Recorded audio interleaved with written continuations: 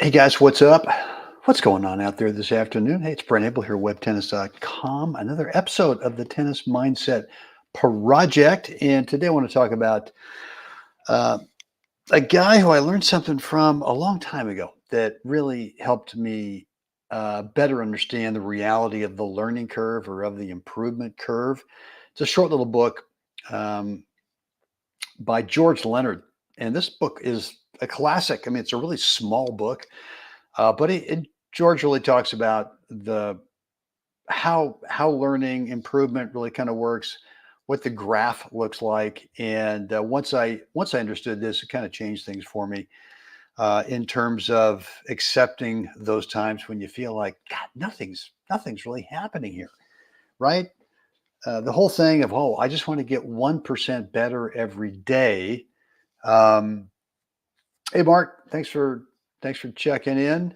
Um, So, yeah, what I'm going to strongly recommend to you guys today is a book called Mastery, Mastery, a very small book by George Leonard, and written back in, I believe, back in the 70s. A lot of references in there to tennis, specifically to one of the great doubles coaches, Pat Blaskower. And Pat and I actually go back in terms of we have some Tom Stowe connections. She worked with Tom probably more extensively than I did, but Pat wrote a great book as well, The Art of Doubles by Pat Blaskower. Anyway, Pat is referenced in George Leonard's book Mastery several times. So there's a real connection to tennis in this book as well. But let's before we kind of get into it today, let me just remind you about what's the right shot every morning, 8 a.m. Pacific, 11 a.m. on the East Coast, Eastern time zone. Usually it's live. Once in a while, I do a pre record. And the same thing here with the Tennis Mindset Project, but it's usually live. And look, if you've not picked up my 4 parts between points routine, which is 80% of the match, that's right. 80% of the match is spent between points or on side changes. And when you manage the 80% really well in a very specific way, good things tend to happen in the other 20% of the match, which is the actual playing of points. And ironically, Mark and I had a little back and forth email today, and he's asking about, why is it that we kind of get down to the end of a set, end of the match, and we just want the win so badly that we start trying some goofy stuff that we haven't been doing. And so that's just a voice that you have to train. You just got to get rid of that voice. And the way to do it is with this 4 parts between points routine. And for me, yeah, I mean, I know that situation where, there have been lots of times where I just kind of hoped, man, I hope the serve doesn't come back. I hope I, try something goofy here that works. And the hope strategy rarely works. And so it's the way you quiet that voice, which says, "Hey, I better go for something big," whether or not it's off the serve, whether or not it's off the return of serve, or maybe it's during the point, and you just feel like, look, I just can't wait around anymore because this is such a big point. I've got to end it right now, and then you go for something, and it's just not really it's not in your toolbox, and so if you'll practice this 4 parts between point and routine, I'll tell you, it makes a huge difference. And for me, it sure did once I started getting deeper and deeper into these national events. And there'd be a voice that would say, "Oh my God, you're playing the number 2 seed. This guy's a legend. You better go for something crazy here." And I eventually learned that, man, that's not really what you want to do. So look, I got a free course for you. If you've not signed up for this yet, just going over to webtennis.com, drop in a first name and email address. You'll get access to this course. It's about a 20-minute video. But what I do is detail for you exactly what those four parts are, why they are there, and the sequence they're in.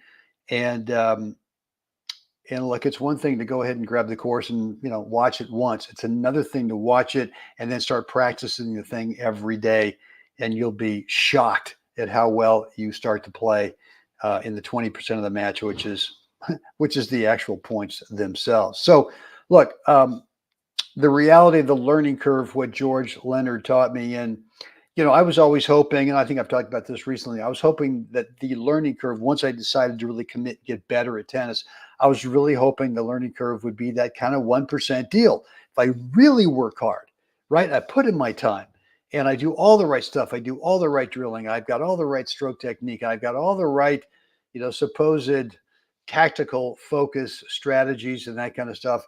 I got all the kitchen stuff right. I'm in great shape and I'm playing a lot, getting a lot of experiences, playing the tournaments.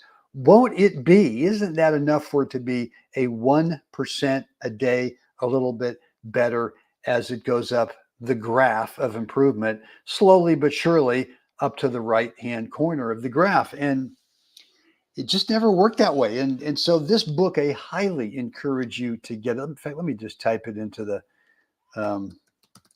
Mastery by George Leonard. Put this into the chat area there, the comments area, and highly recommend that you pick up that book. And what it explains there is that the learning curve is not that. It's not a gradual straight line up. I mean, what it is there's a little ups, and then you start getting good at something. Then all of a sudden there's a down where you kind of lose it for a while, and then there's sort of a little back up again. And you're kind of back where you started, and then there's a little bit down again, and then you're back up. And then for some reason, there's this flat line, and it's called the plateau. George Leonard calls it the plateau, where we stay on this line. Just like I said, we're working on stroke, we're drilling, we got the kitchen right, we're in great shape, we're playing all these practice matches, all these tournaments, and yet this thing, it feels like we're on this plateau, on this flat line, and nothing is really happening. And I can't really I can't articulate the way that George Leonard did, but the way he describes it is there's something going on in the background. Even though you don't feel that improvement, there's something going on in the background that is getting you ready for the next up.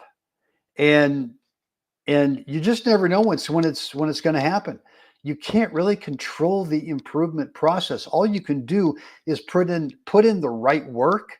And I talk about delayed gratification all the time, and pretty much this is kind of what George Leonard talks about, is that when you get on this plateau, is that a lot of players, no matter what sport or what art or what skill it is, you get there for a while and then you just go, screw it. I'm going to go look for something else to help me get better at this thing. And it's kind of like the stories of the old gold miners who would be digging. They were, they'd heard there was a vein of gold somewhere in this cave, and they were digging away.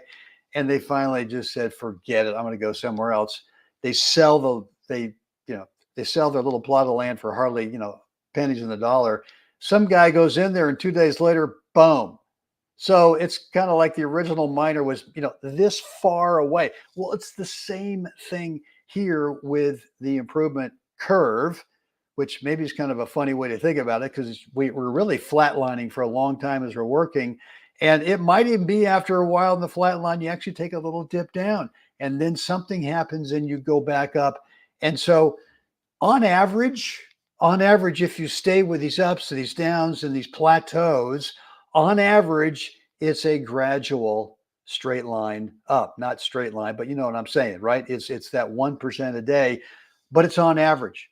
And so for me in the beginning, I wanted this thing so bad that I would just overtrain. I felt, well, if I just do more, because I'm not feeling it, excuse me, I'm just not feeling it. Just don't feel it. It doesn't feel like I'm getting any better. Well, maybe I should do more.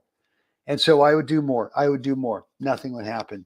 And yet something was actually happening behind the scenes that I couldn't feel. I didn't know. It wasn't tangible to me. And I've just come to believe that that's the way it is. And that if we try to force the outcome, it's not going to happen. Just not going to happen. So the best piece of advice I can give you today is go buy the book. Go buy Mastery by George Leonard. And it's very small. It's really short. And it's a spectacular book. It just really, really opens your eyes to what the reality of the learning curve is. And if you believe what George says and you just buy into it and you do it, you're going to get better. You're going to get better, no matter what part of the game you're working on. Could be technique, could be tactics, could be fitness, right? I mean, just because you work out today, have a good workout today, doesn't mean that you're better tomorrow. No, I mean, you got to keep going. You got to get days and weeks and months, right? Back to back to back to back before all of a sudden where you started out, you're no longer there. You've now taken a bump up. So just keep working. That's I got keep working from a guy named Tommy Tucker. And Tommy Tucker is kind of the professional emeritus here at the Mission Hills Country Club. Tommy's been here since the early 70s, maybe mid 70s at the Mission Hills Country Club. And he's into his, God, maybe he's 90, at least the late 80s. This guy is just a treasure. And he's got some great stories. And anyway, I was playing the National 60 hard courts here at Mission Hills, probably. Well, I'll tell you when it was. It was 2009, so that was 15 years ago. It was the first year I won a National 60. I mean, I won a national singles. I'd won a doubles before, but never won a singles. And I'm playing this guy who was just the ultimate, really high quality pusher. Really high quality. I mean, guy just never missed a ball, could run all day long, was quick as a cat. And his mindset was that if he Martha Mitten. Oh, that's another story. That's another, but I can't, I better not. No, another day. Anyway, where was I? Oh, that's right. I was talking about the pusher I'm playing. Anyway, so this guy's a classic pusher. The guy can't miss a ball. Guy can run all day long, quick as a cat. And his whole mindset is, hey, you know what? I'm going to keep you out here all day. And if I lose today, I want you to hurt so bad tomorrow that all you can think about is having to play me, yesterday, right? And I remember I won the first set. I'd never played him before, but I'd known this guy was a real handful. And he ends up winning the second set. And we both walk off the court and go take a little quick bathroom break, change shirts or something like that.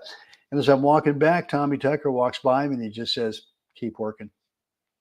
And that was it. Those two words, keep working.